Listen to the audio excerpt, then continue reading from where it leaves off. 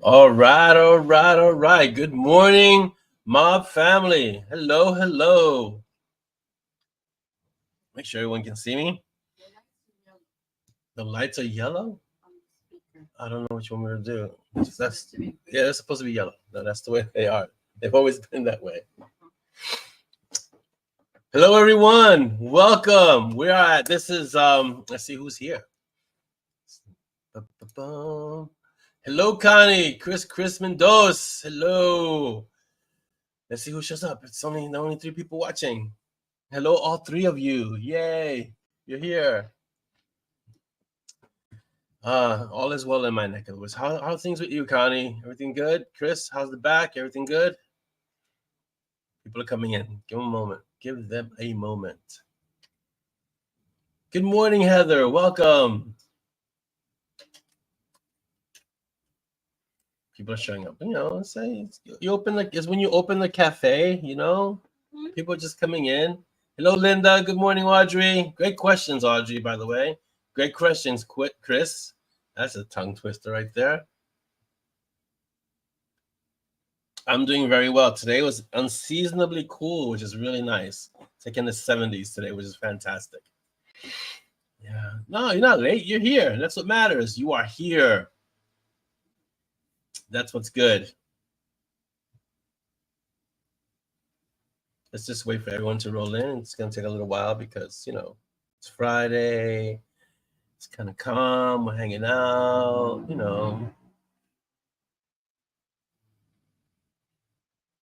People are coming in. It's like, no worries. You're here. Exactly what Connie said.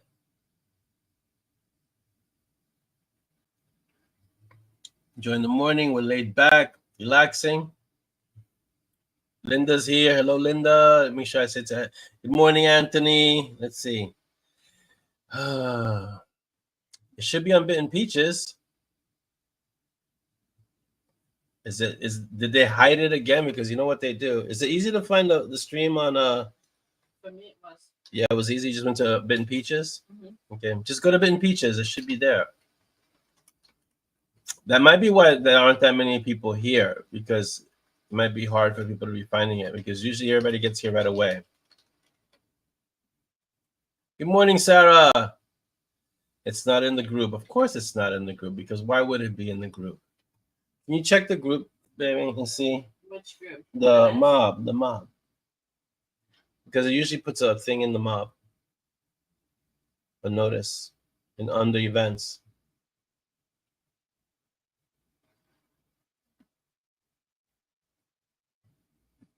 That's why we only have like 9 people here.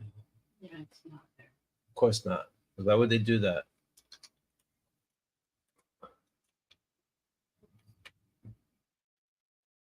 Yeah, because that's typical. Chris has got it. Chris has got it, baby. Okay. And he says he's got it. Tatiana, good morning or evening, wherever. I don't know what the time zone is exactly where you are. But yeah, hello, welcome. Yeah, because they do that. They move things around, and it's like that, It is definitely like that. South Florida, it's nice down there. It's hot. So good morning. You're in my time zone. It's there now? Chris posted yes. Finally, because that's the Facebook loves to do things like that last minute, not without telling you. They switch UIs and they do things and they tell you, oh, this is no longer available on your private page. You got to go put it on another page, and we're not going to tell you anything about that. So, yeah. Actually, this is better than the usual technical difficulties we've had, so it's not too bad. Good morning, everyone who's entering in. Dali CFTMO. I don't know what that means. CFTMO? The mob. See if the mob has it. Dali says it. The mob link. It's up. It's up. She says it's up. So it's awesome. Up. Thanks, Chris. Working at Technomancy. Fantastic. Yep. Thank you. Thank you. So good morning, everyone. We're here. We get it. Sometimes it's a little bumpy, but it's here. It's on the mob page now. Awesome. Thank you, Linda. These things happen. We have Sometimes there's some hiccups, but we're here, and that's what matters. How is everyone this morning? How are you guys doing? We're enjoying a wonderful, what is it, like a spring morning? It's not even summer. It's like spring. It's like 70-something degrees, 75 degrees. It's fantastic. It feels like spring. How are you all feeling? Good? Awesome. Awesome. Yeah, fantastic. All right, we got enough people here. Let me start getting into the shout outs. I'll wait a little while longer, maybe until we get to like a few more people. Yeah, and give people a chance to get here, because I don't want anyone to be missing the intro and miss out calling people and sharing everything. Yeah, how is everyone doing? How are you all doing, guys? Everyone okay? It is a lovely day today. We just came in from outside a little while ago, and it was a nice breeze. Oh my God, the breeze was so nice. See, we need breezes like that at the beach. At the beach, those would be like excellent breezes to have. So yes, that's what we need to do. Yeah, fantastic. Oh, I didn't tell him. Good morning, Jennifer. Let's see. 71 degrees is nice. I want to get into what's happening, but I want to kind of wait to start the show before I start talking about what's going on. So give it like another minute.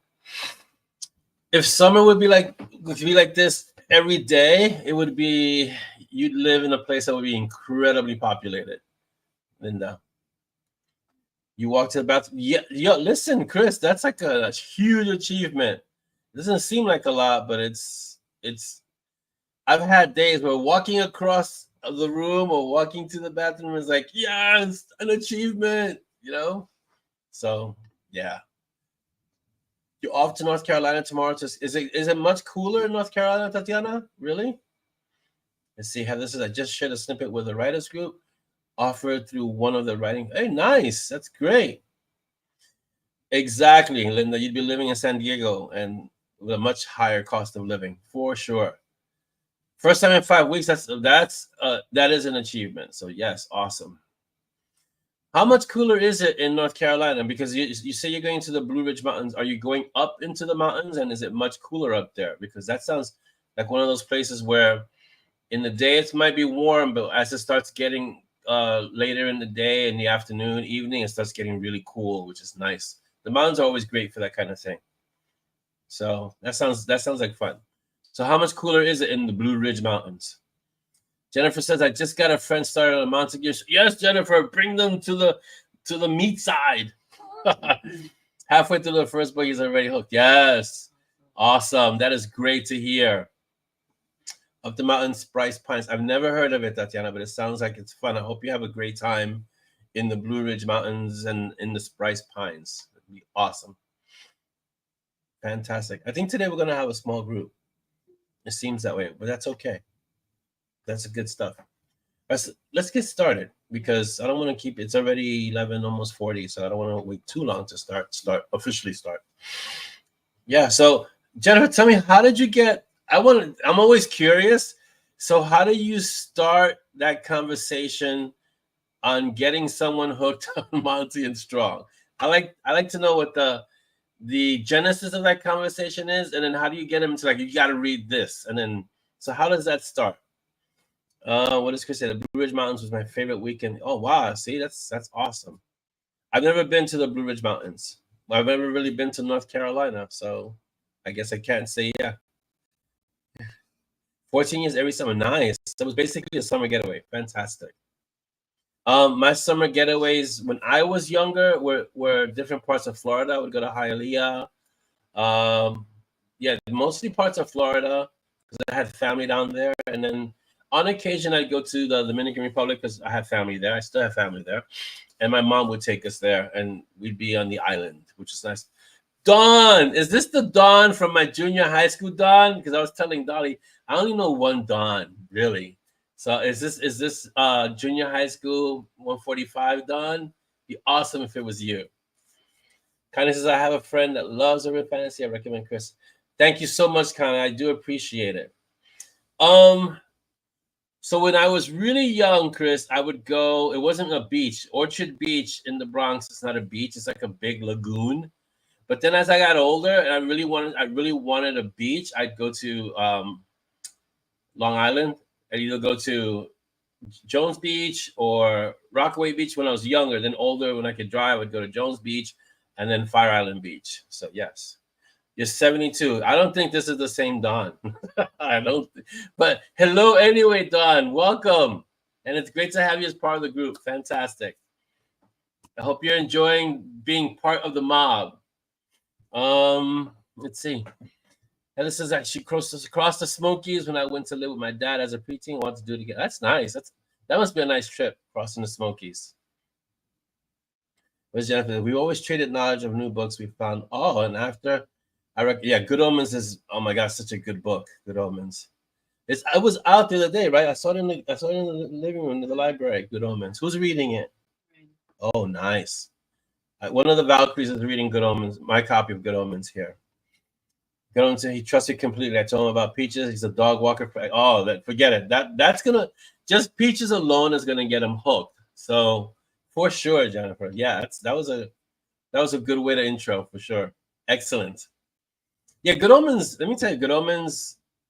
I have to say, when I read it, I didn't realize how good it was until I think I reread it, and then I realized the depth of the genius between Sir Terry Pratchett, and Neil Gaiman.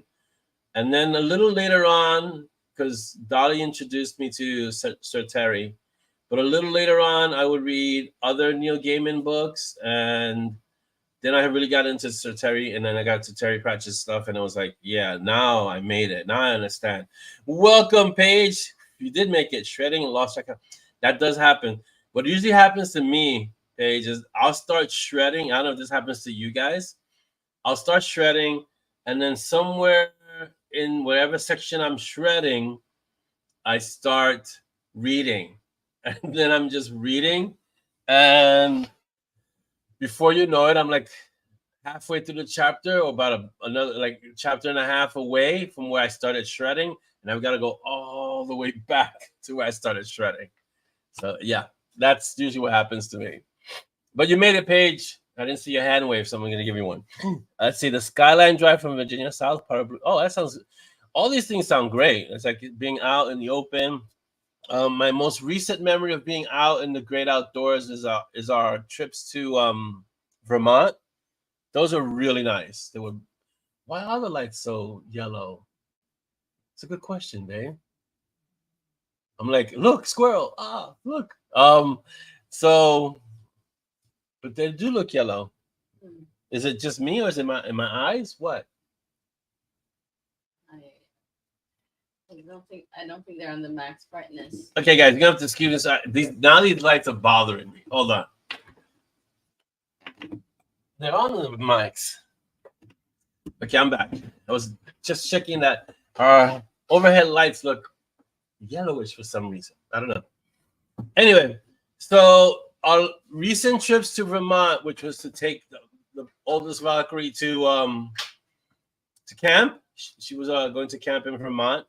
So it's like 2.5 hours each way? Yeah. It's a 2.5 hour drive. And it's a long drive, but it's a beautiful drive. It's so, when they say Vermont is a green state, they're not kidding. It's a really, really green state. Oh, that makes it look good. It was the blinds, baby. Mm-hmm. Yeah. So yeah, it's a beautiful, beautiful drive. And it's just a lot of, you get to start understanding the scope of this country in terms of the size when you take drives like that, because it's just, everything is spread out. It's huge. Vermont has mountains, but the mountains are covered in trees, and it's wow, it's just amazing. Yeah, anything north of New York City, it's beautiful. I'm always amazed about how green Vermont is, how covered in trees it is. It's really incredible. It's a beautiful drive. I recommend anyone, if you get a chance to drive to Vermont, if you're relatively close, because you know, be far. If you're like, let's say in Florida and then drive to Vermont, that's a long drive. But yeah, anything like that it's amazing. And we had a great time. Did we enjoy our Vermont drives? We did. We did, yeah. Yeah. Let's see. Dawn says, I'm from Surfside Beach, South Carolina. I'm trying to write a book, so you are encouraging me to do so. I'm so glad I'm encouraging you to do so. I'm actually born and raised from Wisconsin, so you're kind of in different places. That's great. Anything you need to encourage you to write the book, don't hesitate to. You could ask me, you could ask Chris. There are a lot of authors inside of the mob. So if you have any questions regarding writing your book, Dawn, don't hesitate. Feel free to ask away. There are no dumb questions, just ask, because there are a lot of things that you may not know in the beginning.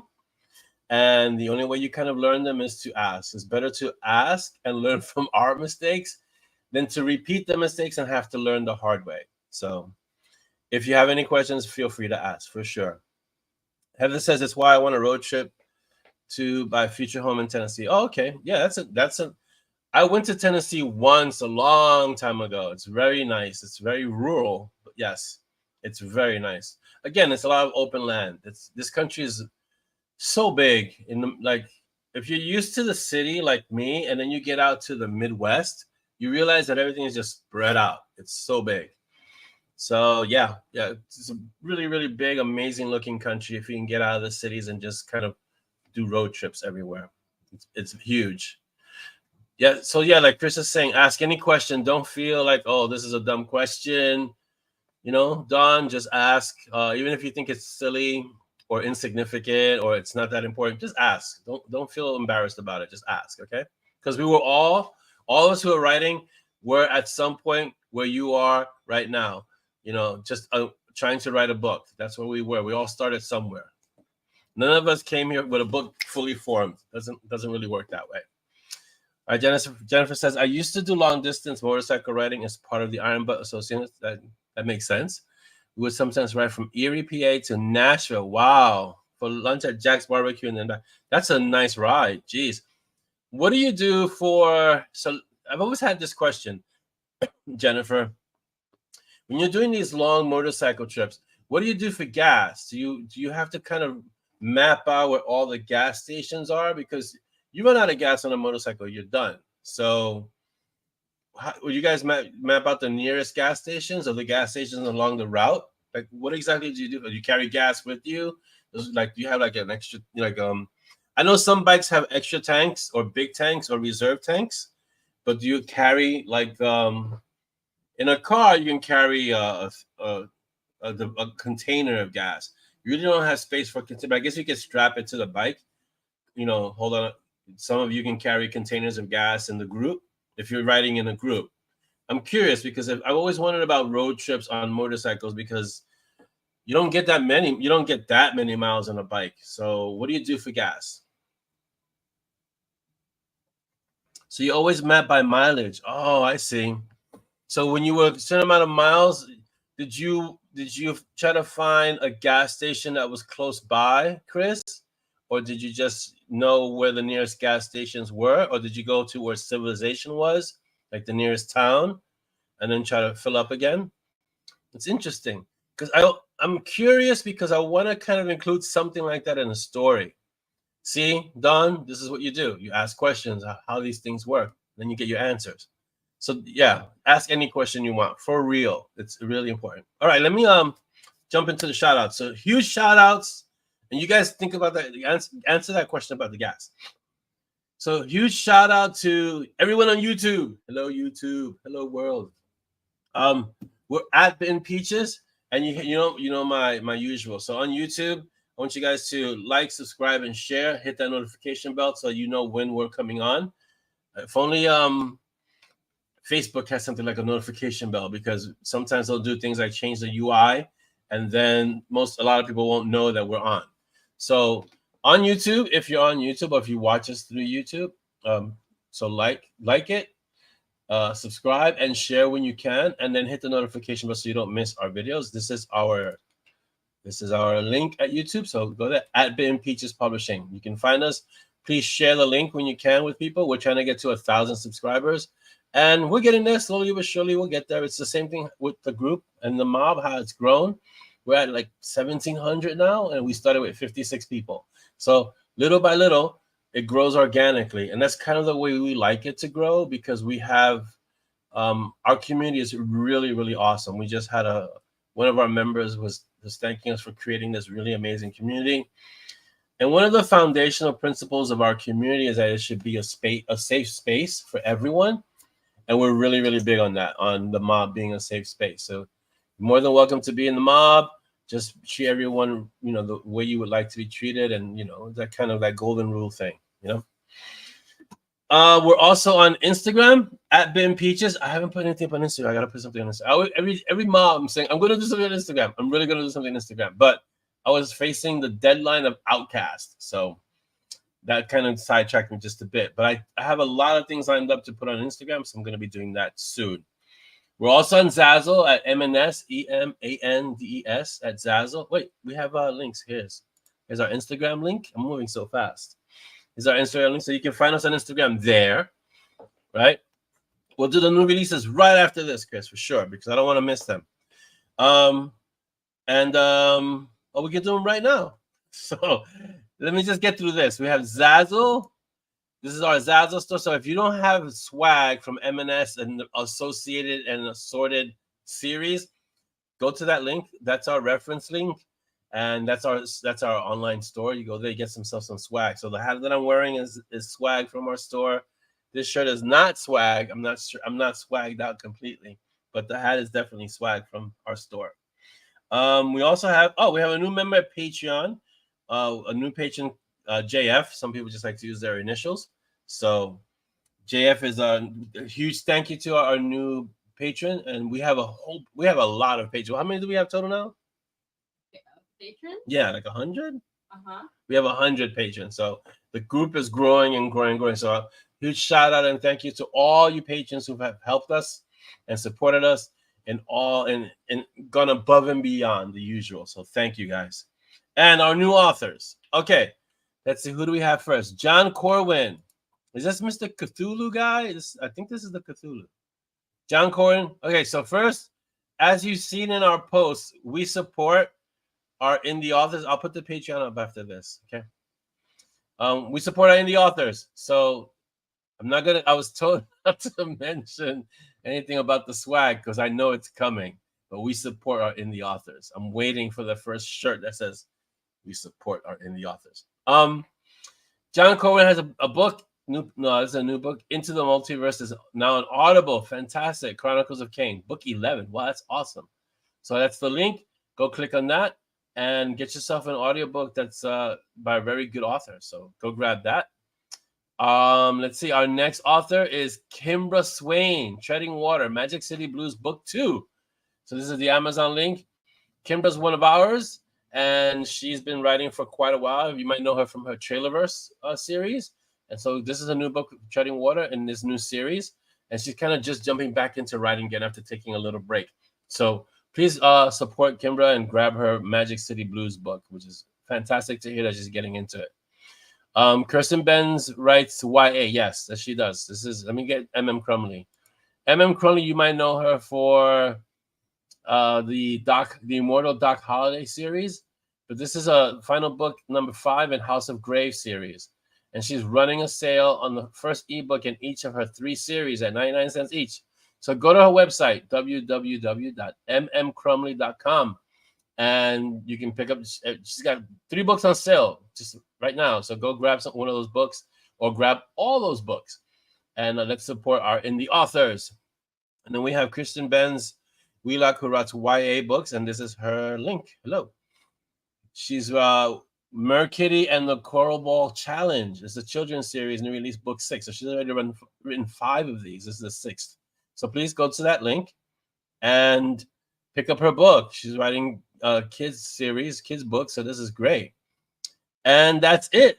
So these links will be in the MoB later on, please. And then you can go at your leisure, and go check out these links. And, let's support our indie author. So grab all these books. I would say grab them all. This is why I can never go into a Barnes & Noble. Okay. So for our Patreons, if you wanted to join our Patreon page, right here. This is our Patreon page. Please go to patreon.com at Bitten Peaches Publishing. And so we have all tiers. We have tiers from free all the way up to, whatever tier is comfortable for you, whatever tier you can join at. So please come and join them, even at free, because you still get stories and chapters and a whole bunch of amazing stuff. You get great perks even at the free level. So don't feel like you've got to join at a higher level just to be part of the Patreon.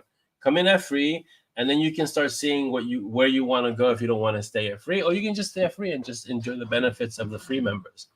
But come join us at Patreon. That'd be great. Really would appreciate it. Okay, hiding this. I don't think we have anything else. Do we have anything else to put up? I don't think so. Okay. I'll get to the updates in a second, and it's almost 12. I cannot believe it's almost 12. What is going on? Time is compressing. Jeez. All right. Good morning, Trisha. Welcome. You made it. And you're here, and that's what's key. You're here. All right, let me see what we're talking about. Motorcycles. We'll talk about gas. Crossing the Southwest Desert. I didn't carry an extra gas tank, Jennifer saying, but when I went on reserve, I instantly started looking for a gas station. Right. When I had my Concourse, it had 7.5 gallons. So that's good. That's a huge tank. Yeah. Chris says, my gas tank, I could drive 100 miles before switching to reserve tank, which gave me another 25. Nice. And I had modified my carburetors. Oh, yes, you lose, you use less, but that's not bad. That's really good. Fantastic. All right, Chris, thank you so much for the links. And Dolly, thank you so much for the links. You guys are amazing. I don't do the show alone. I know it looks like you see my face, but I'm not looking up links for the swag and the websites, and I'm not looking up links for the authors. That's Chris and Dolly. They help me out, and a lot of you guys help me out. Yeah, you like that? I was waiting to see who would notice it. That's very good. I'm gonna start putting little Easter eggs in the show. But that was a good one. So this is part of the. I'm telling you, if you guys don't go pick up the swag in the store, you're gonna miss stuff. This right here is a huge 3 pastrami sandwiches. And if you look at the name, it's Ezra's right under peaches, because of course, why wouldn't it be that?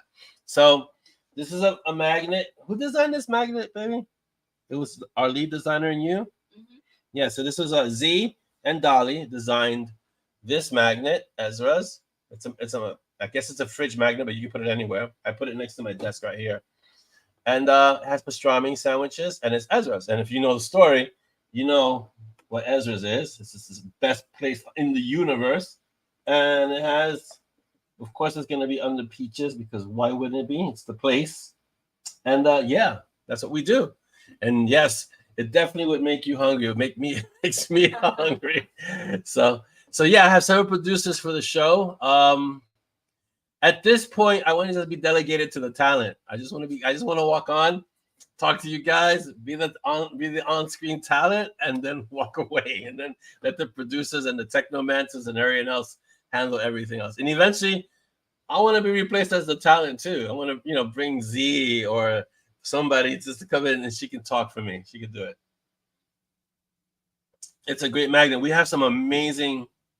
Okay, I know I talk it up a lot, but when I was doing the swag store, it was very kind of limited. I did a lot of T-shirts, but since our lead designer, our senior designer took it over, right, Dolly, it's like huge. It's like there's magnets and blankets and T-shirts and bags, and it's a whole bunch of. So go to M&S, go to Zazzle, go check out the swag store, and you'll see what I mean. Like this, I never would have thought of this magnet. And I'm writing the stories, and I never would have thought that magnet. So, Chris, you're living dangerously. You're really living dangerously. So there's magnets like that you can get. They're really, really cheap and inexpensive, but they're inexpensive, but they're not cheap. But they look really nice and and they're designed by us. So it's amazing. So this is done by Z and by Dolly, and it's one of my favorites. That's why it's right here. And I wanted to see who was going to notice it. So I'm going to start putting little things in corners and see who people pick it up. Like Peaches took a while. I think after the first show, people started saying, wait a minute, is that Peaches? So that was fun. So it takes a while. Okay. Can we talk about Outcast? I don't think we can talk about Outcast because, huh? Not entirely. No, but we can kind of drop hints, right? Spoiler-free hints. We can do spoiler-free hints. in about outcasts, right? Description. General, very general description. So RC Battles was up in the mob, you know. He gave me one really good, amazing compliment, but I mean, you know, RC is awesome as well. He says, there's a line in Outcast that if you don't know this line, I might have to disown you. But he says, is it Simon that says? I think it's Simon. My brain is a little mushy right now. But we are men of action. Lies will not become us. You have to know where that's from. I'm not going to tell you where it's from, but that's in Outcast. So it's awesome. Let's see what's Jennifer saying. By the way, I absolutely love how many strong female characters you create. Oh, there's a review for you, Jennifer. There aren't many male authors who can write believable female characters. So thank you. I want to honor your words and actually say thank you. And then I'm going to give you the caveat of what I just said, because I recently, how long ago? That's too long ago, right? I recently got huh? I'm not gonna get it. I'm not gonna go into it. I'm not gonna get into it. Don't worry. Thank you. Let's leave it at thank you, because I try hard to make sure that the women that I write are not damsels in distress. So yes. And I was raised by a Valkyrie. So there you go. That's all I have to say on that. Yes. TK appears. Yes, we can say that. TK does appear. Can we consider that a cameo? No, right? It's more than a cameo. Yes, more involved than a cameo. Yeah, for sure. Yeah, the Easter eggs, they come out. Okay, I can honestly say none of the Easter eggs that are in any of the books are intentional. It's just in that moment, my brain is a very peculiar place. And as I'm writing, it pulls up the Easter egg that I need in that moment. Sometimes, so that's why sometimes I can't anticipate what Easter egg is going to be in a story. It just comes out, it spills out of my head. And so, yeah. It's like my brain is. So I'll give you an example, right?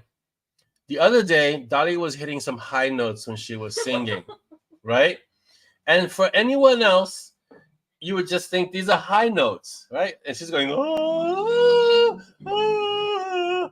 But in my head, I'm hearing the opening theme to Star Trek, the television show, because she hit the notes exactly like that opening theme. I'm like, wow, that sounds just like Star Trek. And she gives me this look like, what? So then I have to play her the theme. But this is just how my brain works. Just to give you an example, she's like, "What?" So she's going around, oh, I'm like, "Wow, I don't know. Did you ever watch Star Trek, the TV show? Because you weren't even around when that show was out." And it's like, yeah, and then I played it for her, and she's like, "Oh, of course." That only reinforced the theme for the rest of the day, but that's what happens. Yeah. Yeah, so in our mob, Jennifer, we have a post about indie authors. We support indie authors. Chris's books are showcased this week, so go there to the mob. There's a link, and the trilogy that Chris has written, and go get those books. My brain is like a spinning bingo ball. A spinning bingo ball is calm compared to my brain. It's crazy. It's insane. Yeah. Thank you, Jennifer. That is awesome. I appreciate it. I know Chris appreciates it, but I appreciate it. For me, I'll tell you what it's like for me as an author when I see other authors being supported by readers. It's like having a bunch of siblings and they're all getting like awesome things. And for me, it's being part of that process is one of the best things ever. I think, at least for me as an author, to be able to showcase another author or promote another author, and that readers discover that author and say, "Oh my God, I really love that story. Have you checked out this author?" And that word just spreads. That is really important to me. So yes, thank you so much, Jennifer, for getting the trilogy. It's amazing. Easter eggs just pop out when I'm writing a scene. Yes, they do. For me, and this may differ. Your mileage may vary, obviously, right, from author to author. But as I'm writing a scene, and I'm almost always in one character or another's head, I know how they speak, what they would say, and how they would react to any particular situation that they're in. And then that's where the Easter eggs are like hovering, just waiting for something to happen. And then Simon will say something, and then an Easter egg will come out that way. Here's the link for if anyone else wants to pick up Chris's trilogy. Here's the link. Please get it. Thank you, Dolly. But it's awesome. It's every sale is a big day. Is a big deal. Every sale is a big deal because indie authors don't have a huge marketing department behind them. It's what they do. So we gotta support them as much as we can. That's why you always hear me say we support our indie authors. There's a reason for it, So yeah, if you have an author and you love their books, don't just get yourself books. Get books like what Connie just did. Get books for you and get books for your friends and get books for their friends too. Let's see. Don saying Zaza items only person at coffee with friends with a cup saying Mages of Badass. Yes, I love that cup. And the logo on that one is really good. Yeah, we're a community as authors and we're not in competition. So here's something that I learned really early on. Fortunately, I was surrounded by really good authors in the beginning of my writing adventure. We're not in competition with each other. We're here to help each other out. And so that's why we've created that hashtag. We support indie authors, and that's why we've created that. Dolly had the great idea of every Thursday we're going to showcase an author. We've been kind of talking about it for a while, the idea, but we've gotten past the point of saying we support our indie authors, and now we're getting into the action part where we actually every Thursday we'll showcase an author. And so we've got a nice big list, and the list is going to just keep growing. And every week you're going to see an author being showcased. And if you have any authors that you'd like showcased that are indie authors, please send Dolly a PM and bring it to her attention, and she can add it to the list of authors to support. It's awesome. And hopefully those of you that are writing or aspiring to write will one day have a book, and we'll support you too. We'll have your name out there as well. So that's awesome. Oh, yeah, it's fantastic. All right, so let's continue. So, okay, anything else about Outcast? Those of you that read it or shredded it or have ideas about it that you can share without, I'm going to take this off, Chris, that you can share. But make sure you put your name in the list in the mob later on, please. Those of you that shred it, those of you that read it, any ideas, anything you want to share that you can share without spoiling. If not, we're going to kind of move on and pick and choose. Does LD drive a car? Let's see. To my knowledge, LD doesn't drive a car because they're busy teleport everywhere. And if they really have to go somewhere far, they have Renee or they have RJ, which has the plane, right? So they don't really drive around much, because they kind of go international. So they fly more than they drive. And then for anything else, they teleport. So they don't really drive around like Monty and Simon do, or even Gray. They don't. But if I find a car for LD and TK, the car has to be phenomenal, and of course it's going to be American Muscle because that's my thing. But it's hard to find a car that fits both their personalities because TK is like really scary, LD is really laid back, but they're both really, really powerful, like staggeringly powerful. So it has to be a car that would kind of fit both of those personalities in a way.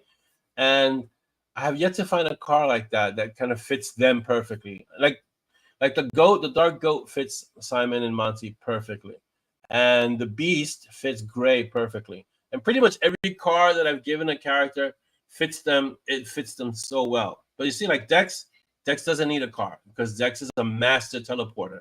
So he just gets around the way he gets around, and that's basically he walks around in his bohemian self, barefoot, hang out. Yeah, but I like the Stingray, and I love the Stingray. It's hot rodded, but it doesn't work for LD and TK because LD and TK are closer to where where Sebastian is with the Lincoln, that kind of murdered out car. But there's so many, and I mean, I'd have to look and really, really that one I have to really analyze and kind of really fit to them. So I'll think about it. Yeah, Jeep is nice, but too on the nose. Yeah, that is a little too on the nose. Definitely. It's a great vehicle, and it's rugged and designed for everything. but it doesn't fit TK. I can't see TK getting into a Jeep. Even one that's like murdered out or modded out, it still wouldn't work, you know? Yeah, I'm sorry that your back has been acting up, Chris. Hopefully this is the beginning of it getting better. So yeah, that would be awesome. All right, so any other news on anything you wanna ask about Outcast, and I can maybe answer for you because the book does come out in a few days. So yeah, TK is not a Jeep material. Trust me. Yeah, I think there really are. Like, I'm gonna agree with Trisha on this one. Like, I think when you become so powerful, it's like, what car would the Morgan drive? The Morgan doesn't drive a car. The Morgan just appears on you. It's like no car. You're not gonna hear the Morgan roll up in a car. The Morgan is just one moment you're alone, and the next moment she's tapping you on the shoulder. So we need to talk. You know, that kind of thing. And so, like Trisha says, they're above cars, and I'm inclined to lean that way. Like Dex is above a car. It's like saying, what car would Ezra drive? Ezra would never drive a car. Ezra's like, you know who I am, right? So why would I need a car? So, you know, things like that. But if you have any questions about Outcast, ask. And if I can answer it without spoiling the story, I will. But the book itself is coming out in the next few days. So I don't want to ruin it for any readers. So if you have a question that you really want to ask, if you have one that's so urgent that you have to ask, you can PM me. But if not, you can ask it here. It'd be great, right? And let's move on to what's next in the updates. So next in the updates, we have Stone is it's in the works. Stone is in production, so that's being worked on. I'm having a lot of fun with Stone.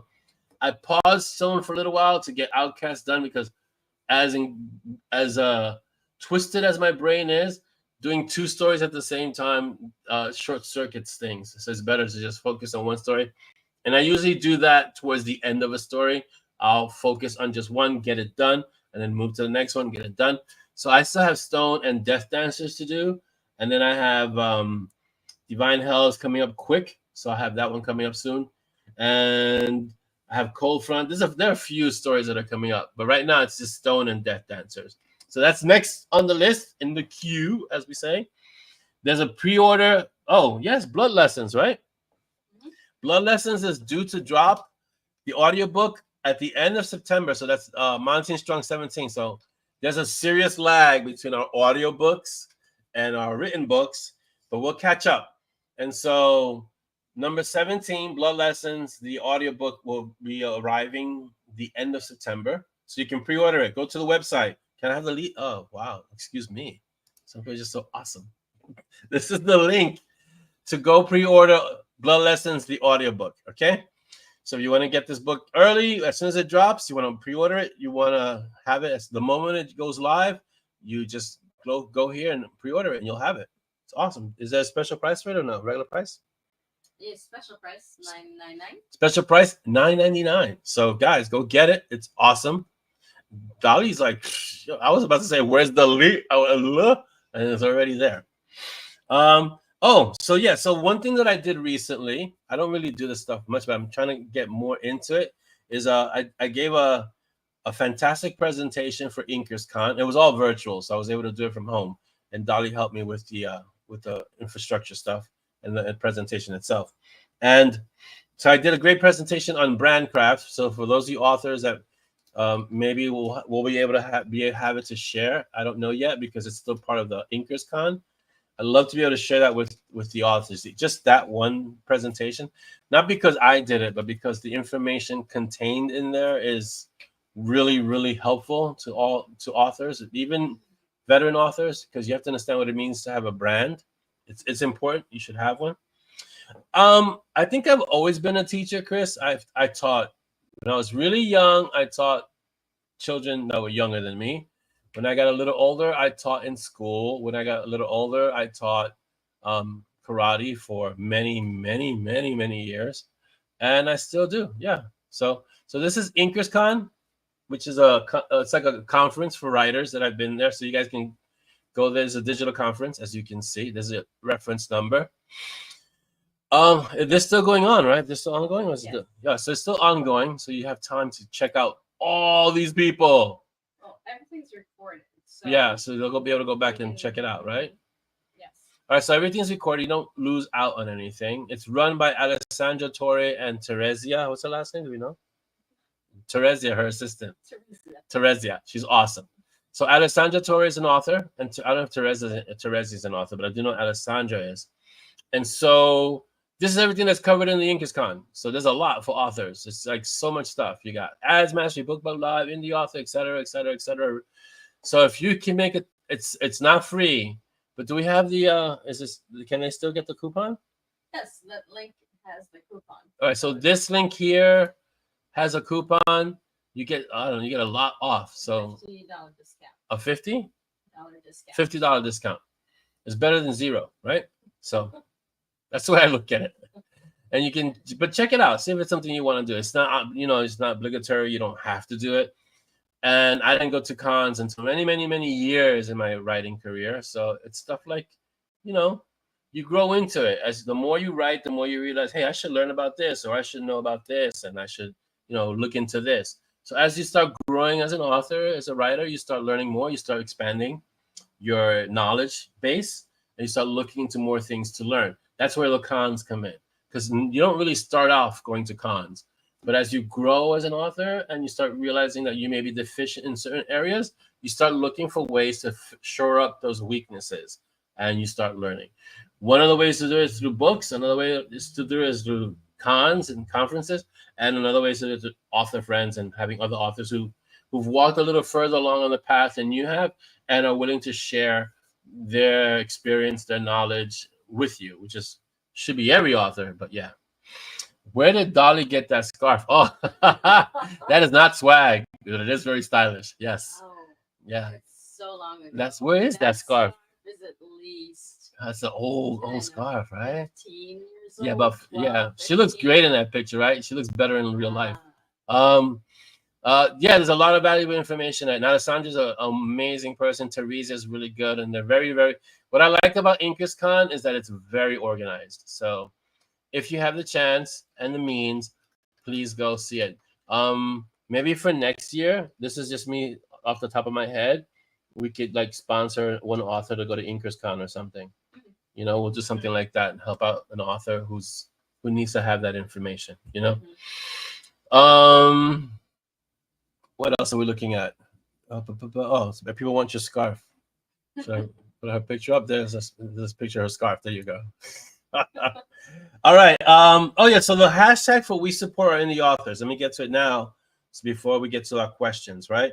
So you heard me every week that we do MoB TV, we support our indie authors.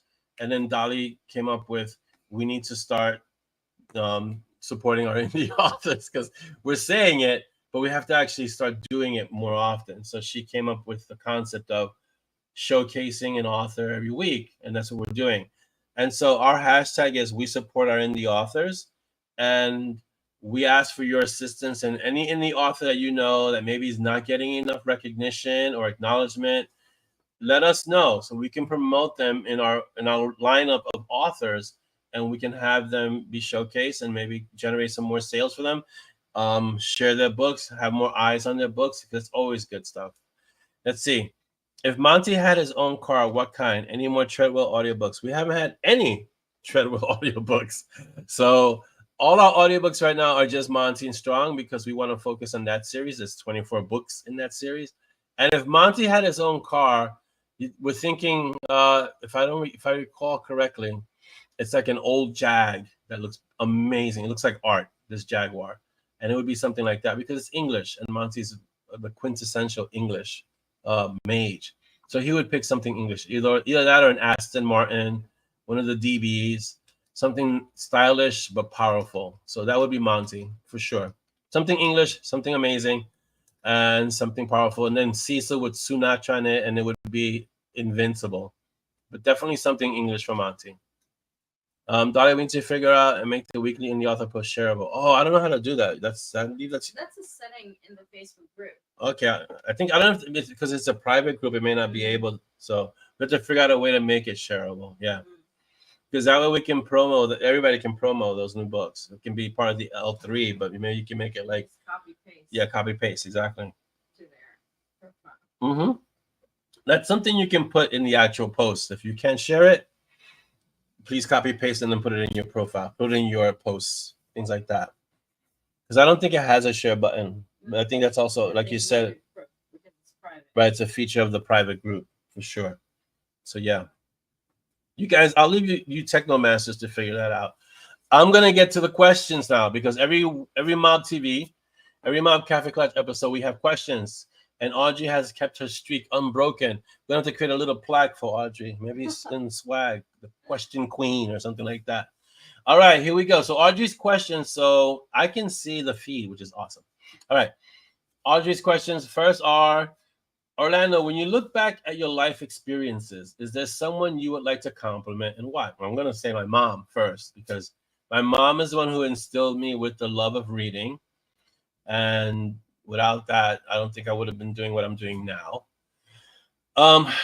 My sister, because she was my biggest fan and probably still is my biggest fan. So definitely that. And see, life experiences. So we're going back, way back. All the neighborhood kids I grew up with, and some of them aren't here anymore because we were all kind of insane and did things that really none of us should be here. The amount of things that we did that were just so dangerous. But I thank them for sharing their life experiences with me. And yeah, there are actually too many to mention, Audrey, because they all form part of who I am. But definitely, if I had to pick one person, it would be my mom, for sure. Because my mom, I didn't grow up with my dad. My dad passed away when I was 7, or else I'd say my mom and dad. But definitely my mom, because she was a voracious reader. She taught us to read and appreciate reading and books and math and things like that, that kind of learning. So definitely she planted all those seeds there. And then she read, she had books everywhere. So I grew up in that environment. So definitely that. All right, question for Dolly. Dolly, when you give yourself a pep talk, what do you say? Say, what would Orlando do? It depends on the situation and what it's for. If it's something not very complicated or that important, let's say it has to do with working out, walking, running, the pep talk consists more of expletive.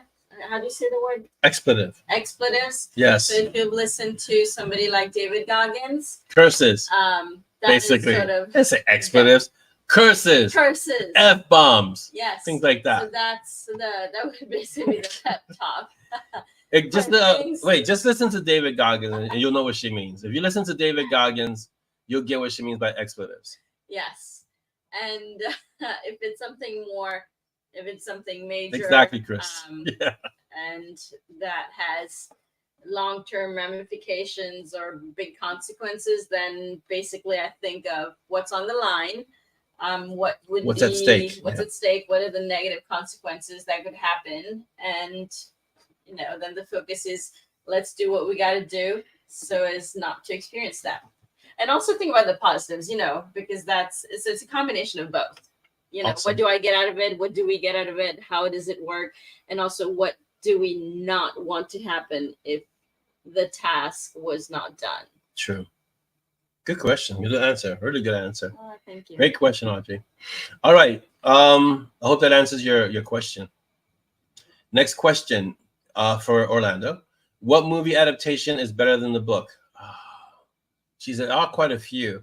But I had to pick one off the top of my head. I would say The Princess Bride is better than the book. I did read the book, but the movie just kind of lives in a special place for me. So I would have to say in this case, the movie is better than the book, but only because of the writing and the casting. Because the writing, the author was on the set as a consultant, and the casting is exceptional for that movie. But there are a few movies that are like that. That are the movie is actually better than the book, but it's rare. It's hard to find that. Yeah, but it's really different from the actual book. Yeah, it is different from Audrey's saying. I think the book in The Princess Bride lives in one place, and the movie itself overshadowed and became part of the collective mythos of society. and that's why nobody will ever accept a remake of The Princess Bride, because of the space that movie holds in people's hearts. That's why. But the book is really different. But I would say for me, and I read the book and saw the movie. I would say for me, the movie is a better adaptation than the book. I think it gets across to more people, a much broader audience than the book itself. That's just me, though. That's my opinion. I'm sure you guys have your opinions about which movie adaptation is better. But Jaws was a really good movie adaptation, and that was a book by Peter Benchley. The Godfather was a book by Mario Puzo, and the movie by Francis Ford Coppola is still considered a classic to this day. And I read the book and I watched all the movies, although 1 and 2 were better than Godfather 3. But number 1, I saw number 1 in the theater. So that, and I think I was like 12. That's not the kind of movie you take a 12-year-old to, but I went with like my older cousin and we went to go see The Godfather. It was amazing in the theater. And that's a book by Mario Puzo. So there are a few out there, but it's usually the really amazing classics, you know, unless the Muppets remade The Princess Bride. And I think the only other accepted remake was during COVID when they did A Princess Bride. All the actors got together and kind of did this Princess Bride remake. That was an accepted one, but that's about it. All right, here we go. Next question. From Chris Chrisman. Thank you so much for your question, Audrey. Let's keep that streak going. I want to be old and gray. Like, Audrey has a question. What question is this, Audrey? Number 5064. Okay. Chris Chrisman. Question is, do you ever keep track of Easter eggs in the books? For example, Princess Bride, that's inconceivable. Nope, I don't keep track of any Easter eggs. I know they're there. But sometimes readers tell me, that Easter egg was great. And I'm like, what? Which one? Because I don't keep track of any of the Easter eggs. I know they exist. On a good day, I can tell you which Easter egg, like I did today, but I can tell you in a few months, lies, we're men of action, lies do not become us. That's going to be gone from my head. What book was that in? Outcast, don't you remember? I'm going to be like, no, I don't remember. Because I try not to store that kind of information in my head, because then it doesn't come out as fresh as it needs to. So no, I don't keep track of any Easter eggs.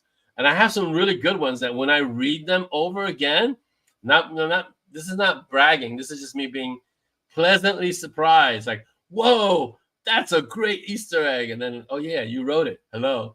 So, all right. Next question by Chris. Thank you for that question, Chris. That's very conceivable. Let's see. The future. Once your kids are all grown, have you and Dolly thought about what's next? Possibly becoming publishers of other authors without stopping writing in the M&S world. All of that is possible. Once the kids are grown, I'd like to fold them back into the publishing business aspect of everything, like have them actually work.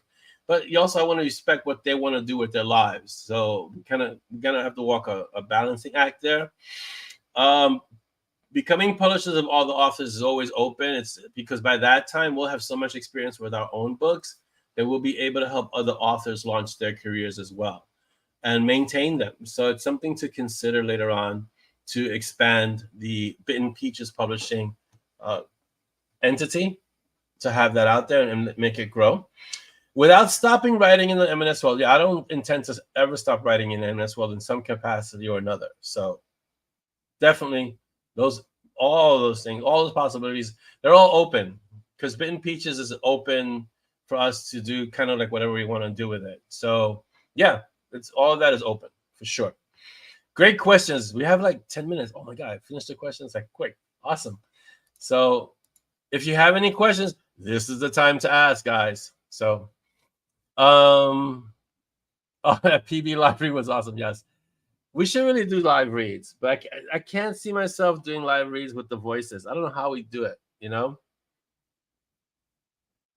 You know how we should do a live read? We should do a live read like a radio show. So everyone picks up a voice and it's that character. And we could do a chapter like that. And that would be fun. That would be real fun, like a radio show, and do it that way. Excuse me, we can record the live read. What's after Outcast? After Outcast is the next M&S. The next M&S story is Shield Bearer, and if you read the end, well, you'll see it after you read it. But the end of Outcast points you directly to Shield Bearer, which is the next book, and it's going to be a lot of fun. That book, you're going to see more of TK, more of LD. There's a little bit of Master Ya in there, and Kali comes back for a few lessons for Simon because it's working on his aspect of what he is and who he is as an aspis to Mage Montague. And it's not I don't want to say it's a Simon heavy story, but there's a lot of Simon in it. And but it's going to be emphasizing improving his skills. And there's a little bit of a play on the whole I'm not a mage thing in Outcast. And he's starting to realize that it's not a bad thing to not be a mage. So, yes. I think an old-time radio show reading of a chapter, like we let the mob pick a chapter, and then we all do a reading of it. I think that would be awesome. I think we can record it, and that would be awesome. Let's see what it has to say. Something more friendly and nostalgic. Noir guitar. Okay, I don't know what that means, but it sounds interesting. Oh, I see it when we're discussing cursing. Yes. Okay, for sure. Yeah, I think a live read would be great.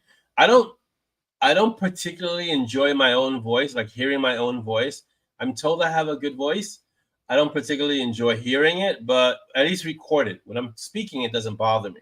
But when I hear it recorded back and I hear it, I go, oh, I cringe. I'm like, oh. But and something like that, where we're having fun with a chapter and we're doing voices and reading, I think that would be great. I think it's something we should really consider doing and just get a bunch of people to come in and play the parts and do that stuff. Yeah. Pirates of Dark Water. Yeah. We can have readers record and send. Yeah, I think that would be great. I think, and I think you guys should organize it as I write more books for sure. But I'm all on board in contributing a voice to the cause for sure, definitely. Mob voiceover, yeah, because I think it would be great, Anthony, to have people just fool around with like we pick a chapter out of any book and we're gonna read it and we'll just all get together one day and we just record it and then I'll come in, I'll do a voice. Sure, I'll do any voice you guys want. No big deal. I'll do any voice. I'll come in. I get to the female voices. I've done it with Dolly. The female voices are hilarious. So I'll come in. And I always remember poor Kevin, our narrator, when Dolly put him through the ringer to make sure the voice sounded authentically female. I'm like, he's a guy. What do you mean it has to sound authentically female? It's not female enough. Really? He's a guy. So, yeah, but it doesn't sound female enough. He's gotta make it more female. Do it again. He has to do it again. I'm like, okay.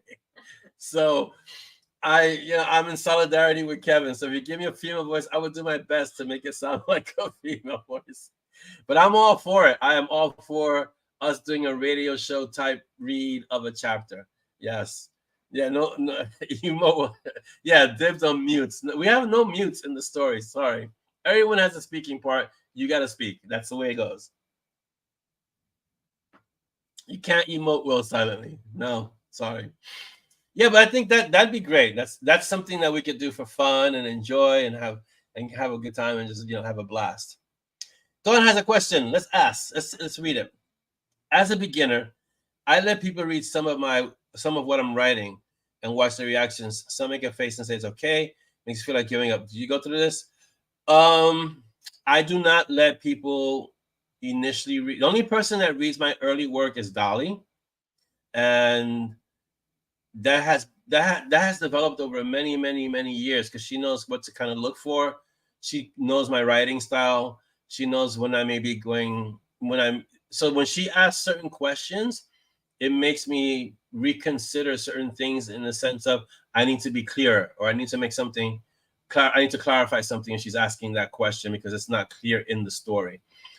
As a rule, and this is my again, this is my opinion, so please don't take it as law. As a writer, I wouldn't let people read my early work. This is way back, and even now, I don't let people read my early work unless it's an art. And even the art group, my advanced reader team, they know what to look for. They know what to read. They know exactly the kind of feedback to give, right? Because they've been doing it for a while now. Many of them have been doing it through most of the Monty and Strong books, so they know. But as a rule, as an early author, you shouldn't let people read your early work to look for reactions, because you'll get that. They'll make a face and say it's okay and crush you. Because as hardened as we can be as authors, we are also very sensitive, and we can get easily discouraged. So don't let people read your early work unless these are people that you can trust implicitly, that have your best interests at heart in seeing you as a writer, as an author, that want to see you grow as an author, and that come to you from a place of love, from a place of support. Some people will not be very generous with you only because they may have a book and they can't get it out, and so they may feel a little bit of envy towards you. It does happen. It can also be that they don't know how to give you feedback because it's not something that they're used to doing in this very particular method of feedback for a writer, for an author. So I would refrain from sharing early work with people, again, with the caveat being that you know them very well and they really care for you and they're 110% you behind being an author and only want to see you grow as an author. Many authors won't read. This is a whole separate thing. Many authors won't read your early work also because there's the danger of an accusation of plagiarism. So authors kind of tend to stay away from young authors' work because they don't want to. First, they don't want cross-contamination. They don't want to think, did I get that story from that piece that I read? Or is that reading of that author going to impact my writing? Because like I said, we're sensitive people. We pick up everything. We're like huge antennas.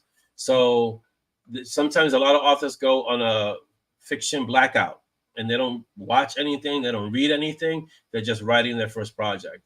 And really, I'm saying don't. This is me. So I don't know if it'll work for you. I wouldn't share my early work because it's not done. So it's like taking a pie out of the oven, but it's not finished yet. You're not going to serve it to anyone because it's not done. And books change. Writing, you heard the saying, writing is always rewriting. So showing your early work is premature. Don't. Wait till you get to a point where you're very kind of like, okay, I got this. I can do this. And I'm pretty confident this is going to be the final draft. And so then you start picking people to share. And then you have to be careful. Find people that you can really, that are going to give you, not that are going to give you what you want to hear, because that's different. You want people that are going to share with you something that's going to help you grow as an author and not give you negative criticism, but constructive criticism. And make sure it's really constructive criticism, not negative criticism disguised as constructive criticism, because I've had a lot of that too in my early days. So that's why I would like, for me, if an author, if a young author came up to me and say, "Should I share my work?" I would say no. Get hone your craft really well. Develop your rhino skin because you need rhino skin as an author. One of the first things you have to cultivate is that rhino skin, so that when rejections come or people say, "Yeah, I didn't really like it," you can be like, "Okay, that's your opinion. That's great, but I'm going to keep doing what I got to be doing." So it's a tough call. Because you want to share as a writer, our job as an author is for people to read our work. That's what we want more than anything else, right? But in the beginning, you want to hold back a bit, develop your craft, hone it, and then when you have people that you can trust around you that you can read your books, then you share it. Hope that helps, Don. And if you have other questions, please. I also want to say something as a reader. So sometimes Orlando is going to ask me to tell me to read something. And he's right there and I'm reading it. And even though it's funny in my head, I don't go ha ha ha out loud. And I know that, even though he doesn't mean it like that, to me, all of a sudden there's this pressure of somebody's watching me, expecting me to give a certain reaction. And now I have to gauge what reaction are they expecting? Where are they expecting this reaction? And if I'm reacting, am I reacting at the appropriate level that they want it to be? And so Yes. Now I have to vocally, laugh when really that's not what I naturally do. Right. So you also should consider that that some people don't react well under pressure. Right. So two other things besides what Dolly said, which is amazing and so true. What Paige said and what Audrey said. So Paige said, it's hard to guide someone whose story is good. It's hard to guide someone whose story is good, but they need to work on the nuts and bolts of writing in general, which means they need to hone the craft, right? Being constructive is an art in itself. Not everyone knows how to be constructive. It does take some skill. And some people have very expressive faces, like Paige, and some don't. Like Dolly will just read something, and I'm like, "Did you read it?" I read it. You know, so it's hard. It's hard. And then what Audrey said is, new authors have to remember that some works can be great, but maybe just not for that person. Remember that if you look up every famous classic, every famous book, and you look them up on Amazon, this is just to make you feel good. Even the most well-known, celebrated author has negative reviews. So don't feel bad. Everyone gets negative reviews. Like Chris is saying, what you're writing is not for everyone, and you can't possibly write for everyone. You have to write for your tribe of people, so the people that are going to love what you're writing. And so you can't write it thinking everyone's going to love this book. You're setting yourself up for failure. You write the book that you want to read. You write the book that you enjoy reading. You write the book the stories that you love. And what happens is you start finding people who love the same stories you love, and then you start connecting, and that's what happens. You know. It's hard to be an advanced reader for an author. It really is hard to be an advanced reader for an author. It's because the demand on the reader is just as much as the demand on the author, if not more. Yeah. Oh, that is funny. I don't like Jane Austen, and that's just me though, because it's Jane Austen. Sorry, you don't? I'm not a big fan of Jane Austen. Yeah. Oh my God. Yeah, I don't know. Now that's it. We can't be together anymore. That's it. These things happen. What can I tell you? All right, 1 to 7, so we can close out our episode 123. My God. Give me a number 1 to 7. The first 10 people, a number from 1 to 7, so we can close out with our theme. With one of our themes. That's 1 7. Go ahead, baby. You keep track of this? Mm-hmm. Okay. And then we'll do the outro, and then we'll close it up.